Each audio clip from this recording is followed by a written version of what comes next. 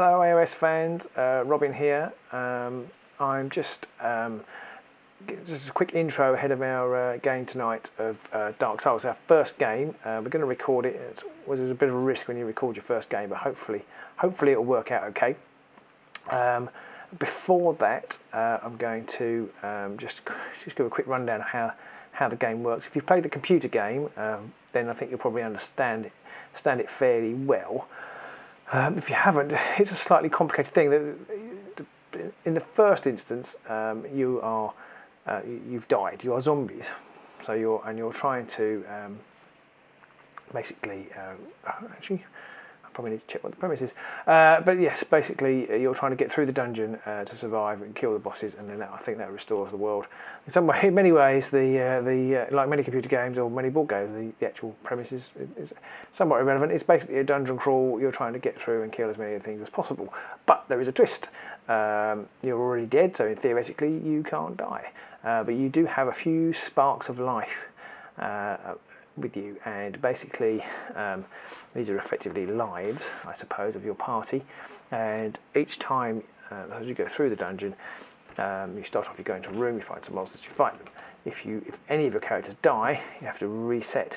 So you go back to what's called the bonfire, which is effectively the camp, and you can it resets, but you have sparks. Now the number of sparks you've got is how many lives you have, and the more players there are, the less sparks there are, because it's easier.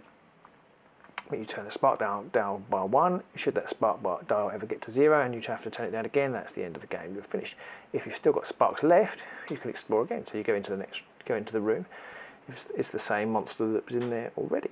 So you have to fight it. This time you know what's coming. You might have a bit more of a better tactic. You can kill it. If you kill it, you get what's called souls. They're effectively experience points, but they only go back. They go back to the campfire. And you can only get them by resetting the whole dungeon again. It's the only way you can earn them. So you might go to another room, kill some more monsters, get more souls. Go to another room, kill some more souls. And then think, oh, actually, we need to experience. We need to get some experience so we can use new weapons. So you have to rest. And you go back to the campfire and you rest, and that resets the game. So you have to turn the spark dial down again. You turn the spark down again. You're one spark closer to actually failing to complete the game. But at this point now, you can spend these souls on getting much needed upgrades, or you could buy treasure with them.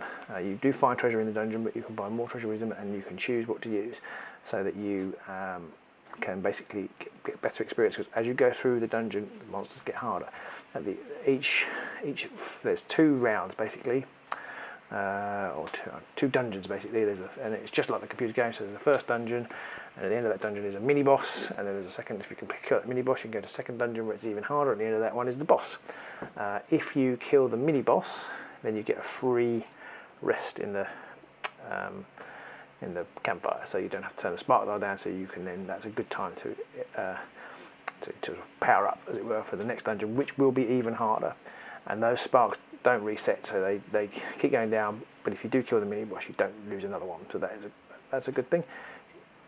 One other small thing: if you die somewhere along the way and you've still got lots of souls in the campfire, you can't actually take advantage of those, because they go to the square in which the character died, and you can only get them by going back and picking them up, and then they go back to the campfire. So the only way you can make use of them is actually resetting the dungeon, setting it down, setting the spark down level down 1, and actually using the souls. So that is the only way to use them, unless you've just killed the mini boss, in which case you go back for free.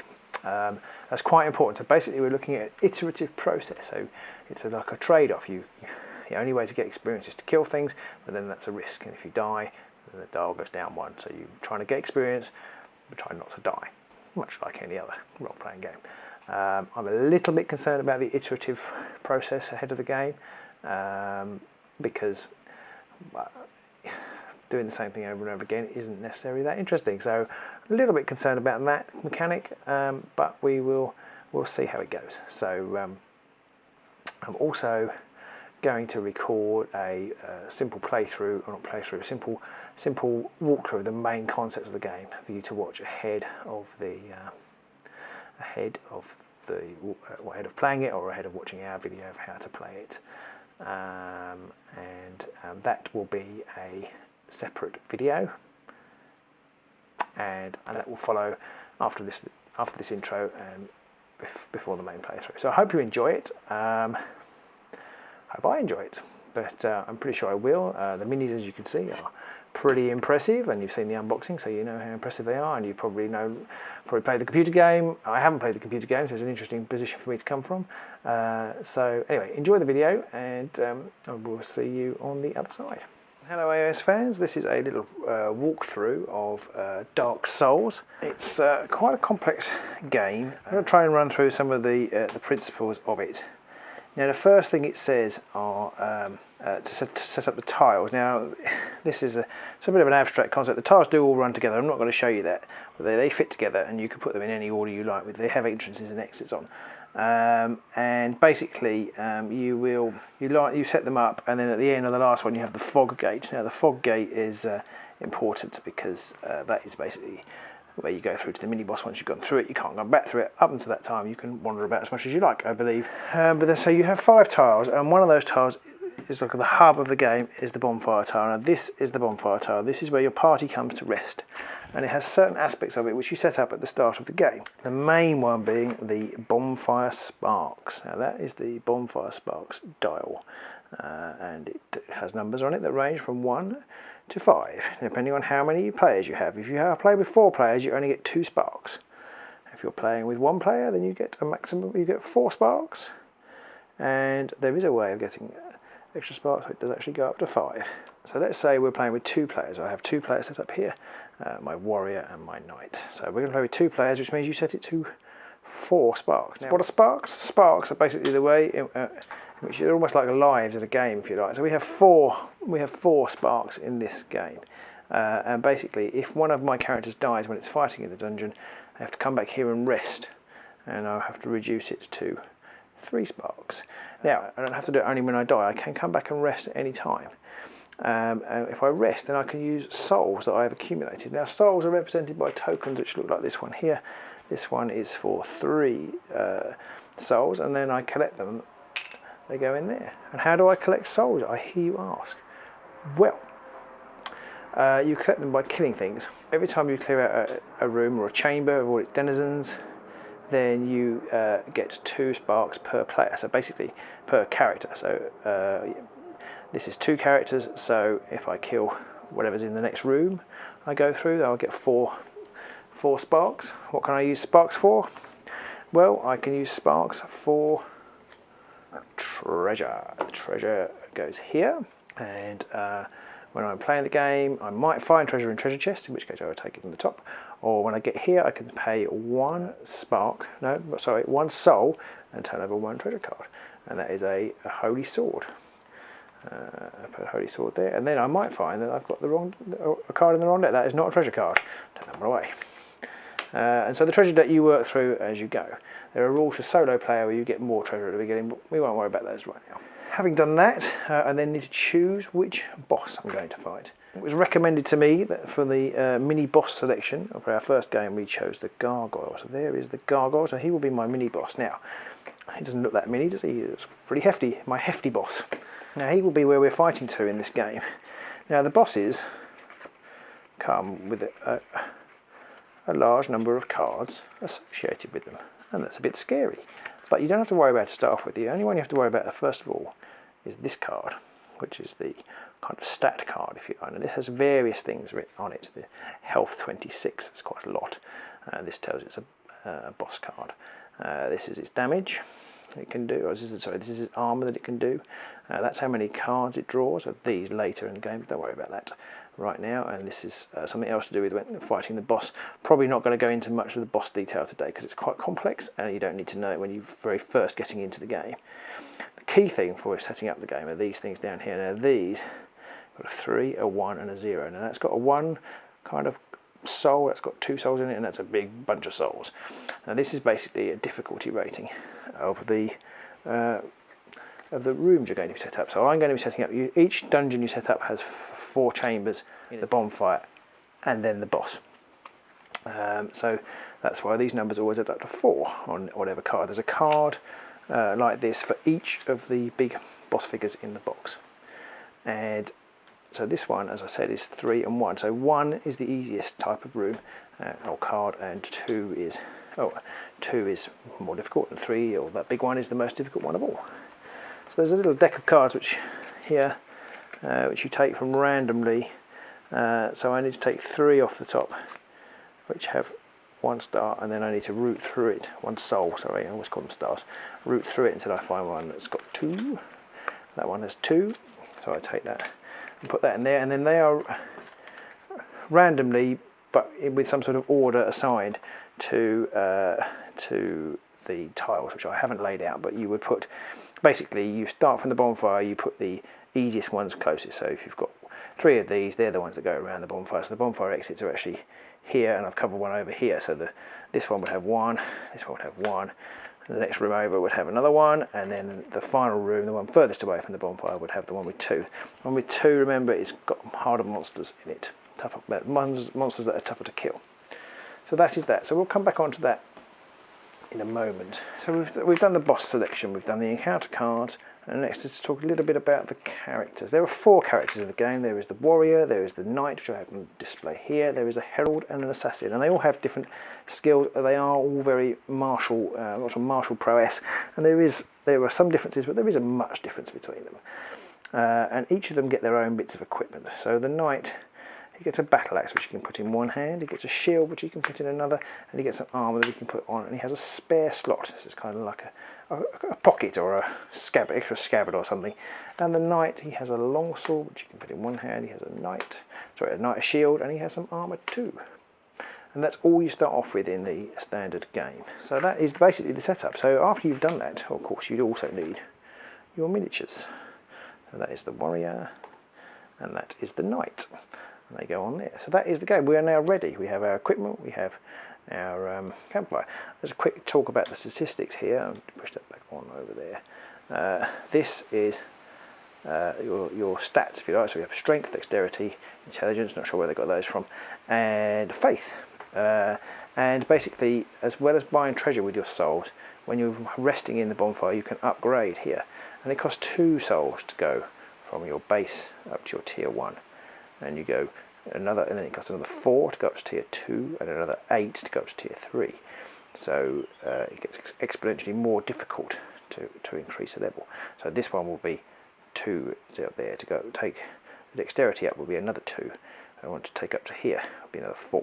But if I want to take a faith up to, it's just 2. Sorry, up to tier 1, that's just another 2. That's fairly straightforward way of gathering experience points.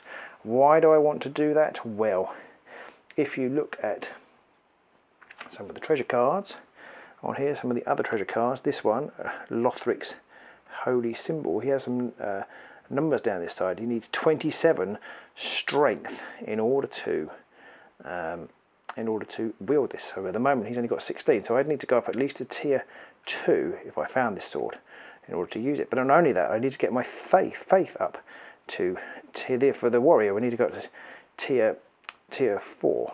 Now, actually, this is a bad card having it. This actually is, a lot of this game is icon driven. This game is actually specifically for the herald, so actually this card wouldn't be in the deck there. But that gives you an example. That's just an example of what you need your experience for. Basically, your experience enables you to equip better equipment, because the better the equipment, the harder, the more proficient you have to be. And the other things that you need before you set out are, each player or each character gets a bottle of potion, like a healing potion, and a lucky coin.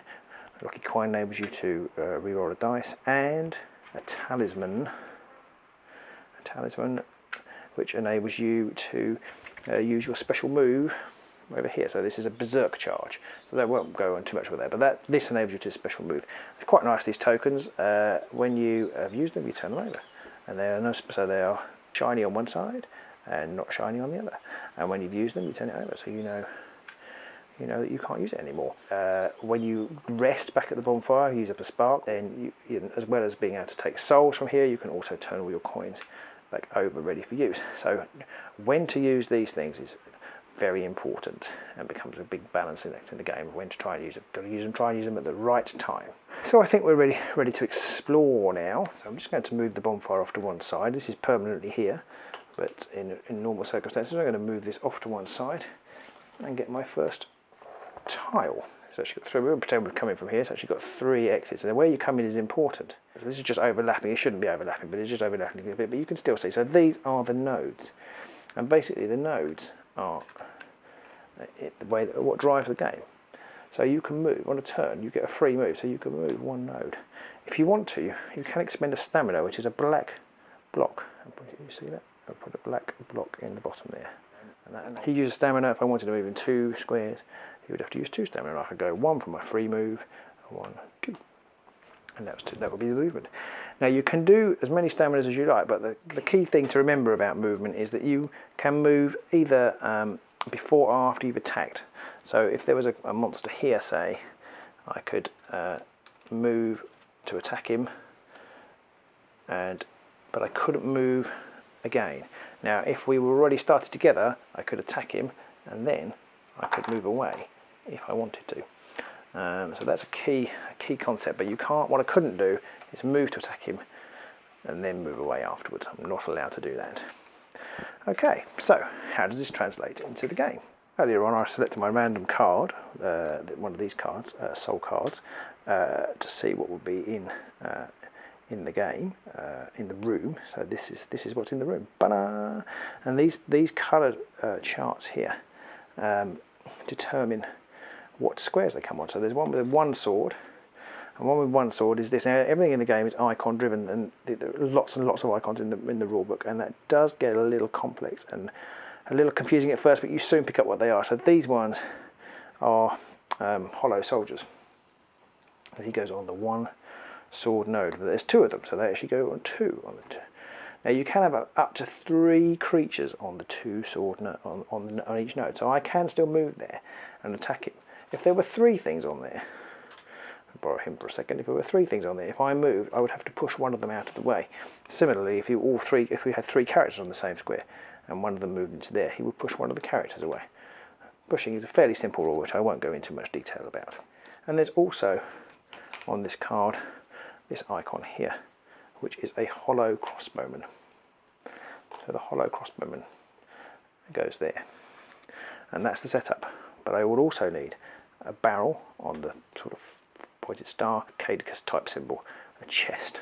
Barrels are significant because you can't move through barrels. Chests are significant because they have treasure in, but you may only open them after the encounter is complete. Also, you cannot move through them or over them. And then, once they're set up, you set up the characters. The characters can go wherever you like on any of the entry nodes. Any of the next to the entrance, you can put them on any one you like, and you can put 2 on the same, or you can put them on separate. And there are different reasons for doing different things, and you will learn that as part of the tactics of the game. So having done that, things start to activate. Now again, we go back to our icons on here. We need to find the appropriate cards. So this is the crossbow icon we were just looking at on that card, and this was the sort of knight soldier, it's a hollow soldier card. So these are our creatures. Now this is where the game gets brutal. The monsters get to activate before every character. So how in this game it will work is the monsters will activate. They will do whatever they're going to do, and then well, we can choose who activates first. We'll choose the knight to activate first. And whoever's activated first also has what's called aggro, which is this skull icon here. So he gets that token. Now, aggro is significant because some of the monster AIs rely on aggro. So they normally move towards the character with aggro, or they move away from the character with aggro, or they attack the character with aggro, or both. In the case of the crossbowman, he will move away and then shoot the character. Actually, he shoots the newest character. But anyway, we will cross that bridge when we get to it. So that is the significance of the aggro counter. But aggro does change with each activation. So we start with the knight. The knight starts with the aggro. So these guys will be doing whatever they're doing with the knight as aggro. Then the knight will have his turn, and he will still have aggro because he's activated.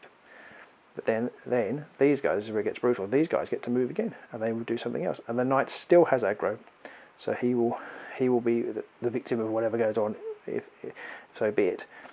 If that's how it is, then he will be the victim. If they attack the person with aggro, he will be the person. If it's the nearest person, it might not be him.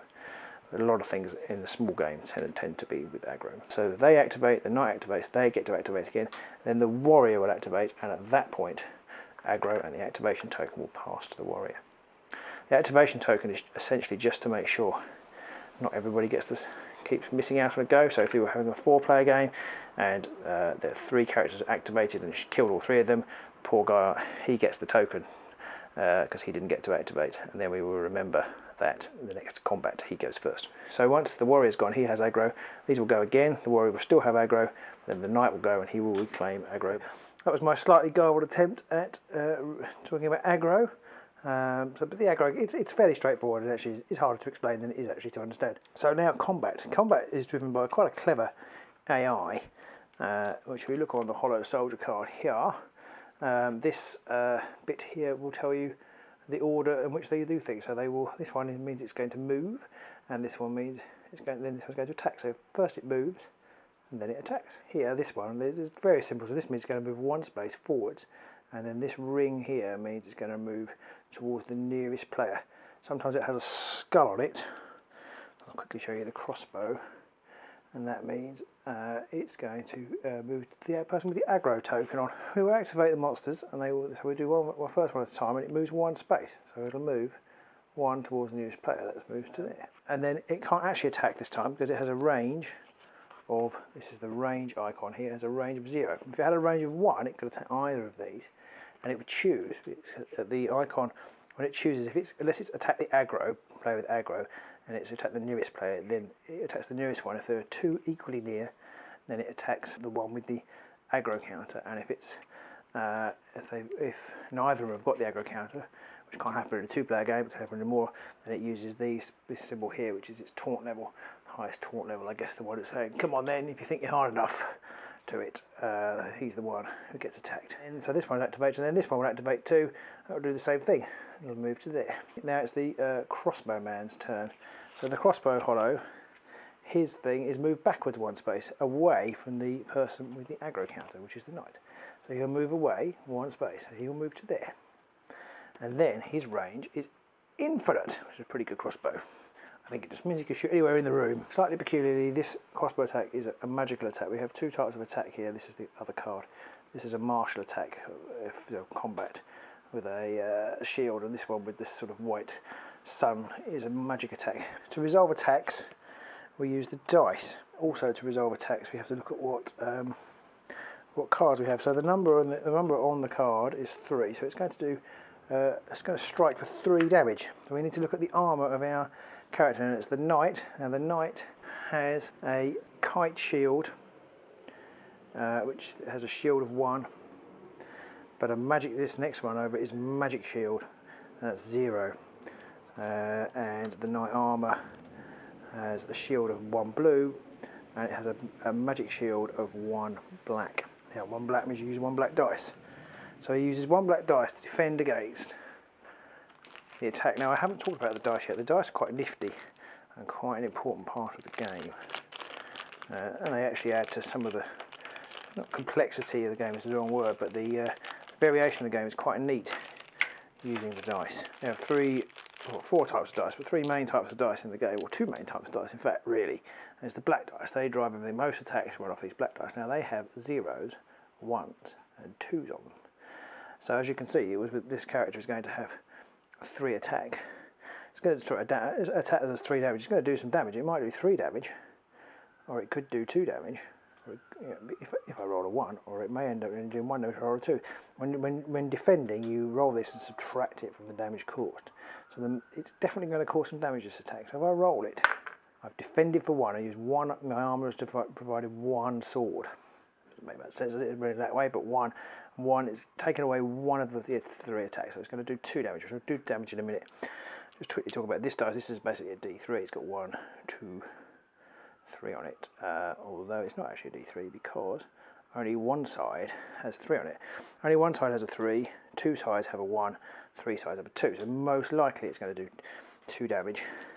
And this dice, I've never used this yet in my games, but this is 1 to 4 damage, so definitely orange things do more damage. So it does add quite a variation. these ways of using these dice, and they can be paired in different ways, blue dice and black dice, to do different things. I'll demonstrate that in a second. So to do the damage, this knight over here took 2 damage from the shot. Basically I put in 2 red dice, which you can just see on the edge of the screen there. Now you can see this is getting filled up, this bar now, and if this bar gets completely full with black or red or in the middle, then the character is dead. So you have to trade off between taking damage, trying to absorb damage, and also trying to, every time you do something it fills up stamina. Now on the good side is at your start of your activation you lose 2 stamina, or not lose, you gain 2 stamina back, so you actually take these 2 out. So as is the knight's turn, let's put this back over here as it was his turn first. As it's the knight's turn, he activates to take these 2 out. So now he is looking fairly a bit more healthy now, and the knight can his attack. If we have a quick look on here, this is his attacks here. Now some of them have a range on them. There's the range at the top, it's 0. They all have a range on them, it's 0. This one I haven't got anything with range, so he has to be adjacent to. So he's going to move 1 square. That doesn't mean he can't move again, but he's going to move into this square here where there's 2 of them. Could be a risky strategy. I should lift the camera up slightly so you can see that. He's going to attack where there's 2 of them, and his attack. Now this is where things get interesting again. He's using a longsword, and the longsword has 2 possible attacks. 0, if I use 0 stamina I use 1 blue dice. If I use 4 stamina I can use a black dice and a blue dice. Now that's quite a lot of stamina. That would go some way. I would be then 1, 2, 3, 4. I can only take another 4 damage, 1, 2, 3, 4 damage in the next turn, and I'd be dead. So I have to think carefully about that. So let's say that I don't want to do that this time. I would roll the blue dice, and I get 2. Now I'm fighting against the hollow soldier over here, one of the hollow soldiers. Now this is his defense. He has 1 magical defense, that's the white, and 1 defense against the knight, the sort of combat defense, which is also 1. So he saves 1, so that means he takes 1 wound, and he's actually only got 1 wound. So the knight has successfully killed one of the hollow soldiers. Woo! And now he can't do anything else because it's not his. He has already moved, so that is the end of his turn. But he still has aggro. So what's going to happen next? This one will activate. It will move to the nearest character, which is the knight. It doesn't need to move. It is the knight, so he will attack again. So he is going to attempt to defend the knight. Now this isn't a magical attack. Now if you remember, his shield is 1 black. There was no magical, but it is 1 black. You can't see that very well. Again, I'll get Pete to flash that up. And 1 blue. So he does 1 black and 1 blue defences. So he's much better against non-magical defence, but not better against not throwing them on the floor. Much better against non-magical attacks. I roll a 2 and a 1. That's not such a great roll. So that's 3. Hollow soldier does 4 damage. So he takes another damage. Okay, and then it is now and the crossbowman has to activate, so he was going to move further away from these. He's already 1, 2, 3 nodes. He can't move there, and actually, so he's more nodes. He's 1, 2 nodes, 1, 2. He's actually the more nodes he can be. So he's not going to move either. He's going to shoot the guy with the aggro token, and I only get 1 magical save. I rolled a 2. It's a 3 damage on the crossbowman, so that's 1 more damage. So had I used 4 attack, 4 things, I'd be 1, 2, 3, 4. He'd only have 2 wounds left, but I didn't use the 4 stamina, so that's okay. So now it's the knight's go. Now the knight's going to be bold, I think. He's going to chase down that crossbowman, so he's actually going to move 1 there for his free move. He's going to move 1 there for 1 stamina, and then 1 there for 2, another move there for 2 stamina. And now he can attack. Now his special ability on his battle axe, he uses 2 black dice. His special ability has got this icon here. Again, lots of icons in the book. I'm not going to go through every single icon, but that one means you can attack all the creatures on the same node. If there were 2 creatures on the same node, he could attack them.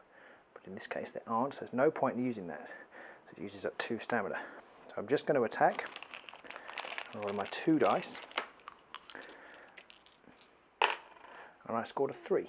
Now, if you remember, or we don't remember, we haven't looked at it, the crossbowman against non-magical damage is a 1. Let's take away that 1. He's got 2 remaining, but he only has 1 hit point, so he's dead. So now you see we are slowly chopping our way through these creatures. So the aggro counter should have passed through to him, and it's the monster's turn. Now, the monster's activation. Now this monster activates. He's going to attack. He's going to attack the nearest player, which is the knight again. And again, the knight gets to roll on his defence, which is 1 blue and 1 black dice. So here we go. Oh dear, 2. So a great roll. Remember, the crossbow hollow does hollow soldier does 4 damage, so that's 2 more damage. So things are looking a bit hairy now for the knight. His activation now is his turn, so he gets the first player marker. Well, actually, she should have already had the first player marker. Actually, now he activates, he goes back over here to the warrior, and now he has the aggro token. So, what's he going to do? He's going to attack, of course. He's a knight. That's what he's made to do.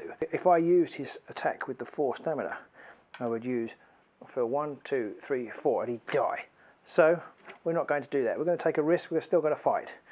I'll show you why that is. Now, I might kill him. I've rolled 3, and that is enough to kill him, because he has an armour of 1 and he has 1 wound, so he would be dead.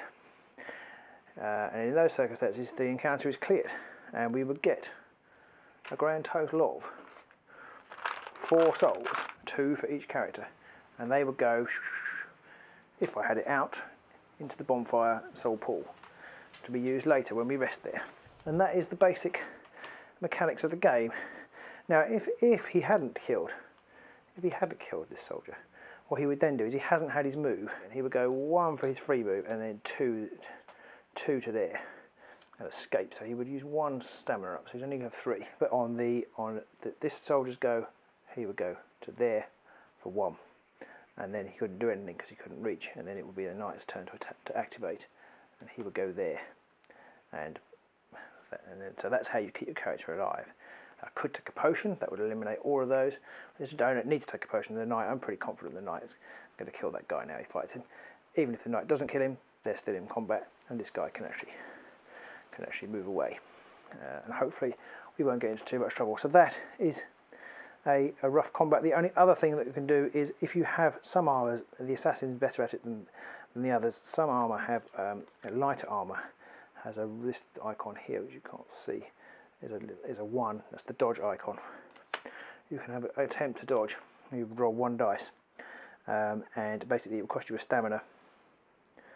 You have to pay a stamina, but then you can roll to dodge, and you have a 50-50 chance of dodging. If you dodge, you move to another square, and you move to another square anyway. If you successfully dodge, like that, comes up with the dodge, then you don't take any damage at all. If you fail, you take all the damage, irrespective of armour or anything. So it's like a win-lose, 50-50 win-lose situation. For the assassin, it's 25%. And for the assassin, it's quite a nice tactic, because it does enable you to hop around the board, dodging out the way, which is quite useful. It's like a free move, effectively. Or not a free move, because you have to pay for it with stamina, but it's like tactically, it's a move at an opportune moment, potentially. So that is the basics of the game. We can now open this chest, so we would have a look at what was in the treasure chest, which was over here, and lo and behold, it's a short sword. It's a short sword, and it has strength of 15 and dexterity of 23, which none of the characters can currently use. So in this case, if I could use it, I would equip it immediately. If I could use it, I could equip it immediately, put it in my hand, and still carry my battle axe around. As I can't use it, it has to go into the inventory in the bonfire, which isn't shown, but it waits there face up in the bonfire, and can be equipped at a later date when I'm resting there. One other type of treasure which you do see are upgrades.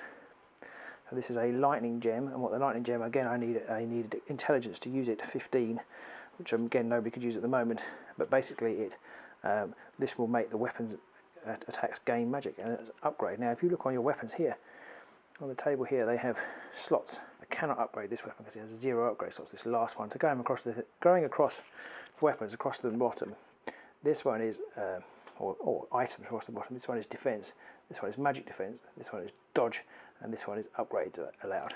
That's 0 upgrades allowed, so I couldn't upgrade that one. This sword was 1 upgrade.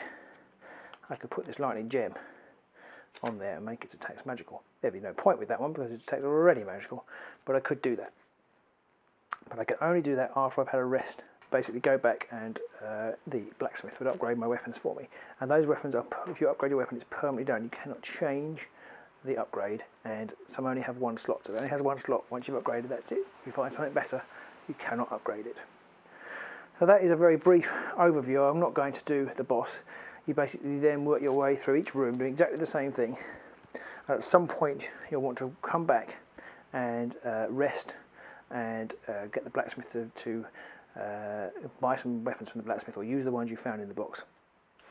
You get 2 weapons. You will find 2 things actually in each treasure chest. There aren't very many treasure chests, so buying things is very important. And you can also upgrade, as we said, upgrade these things when you're resting. So you will want to do that before you take on the boss at least once. Obviously, the more characters you've got, the less sparks you've got, so you have to be really careful how you use those. But that's the game. And then once you finally get to the room with the fog gate in, you can choose whether to attack the boss. I'm not going to go through boss combat now. It's quite complex, and I'll perhaps do a separate video for that when I fully got my head around it, which will take some time. So I hope that's useful. If you've got any questions or I've done something wrong, please please put it in the comments below. If you'd like to see any more bits of Dark Souls, please again put it in the comments below. And do keep watching here at Geek Dad and Agents of Sigmar. Thank you very much.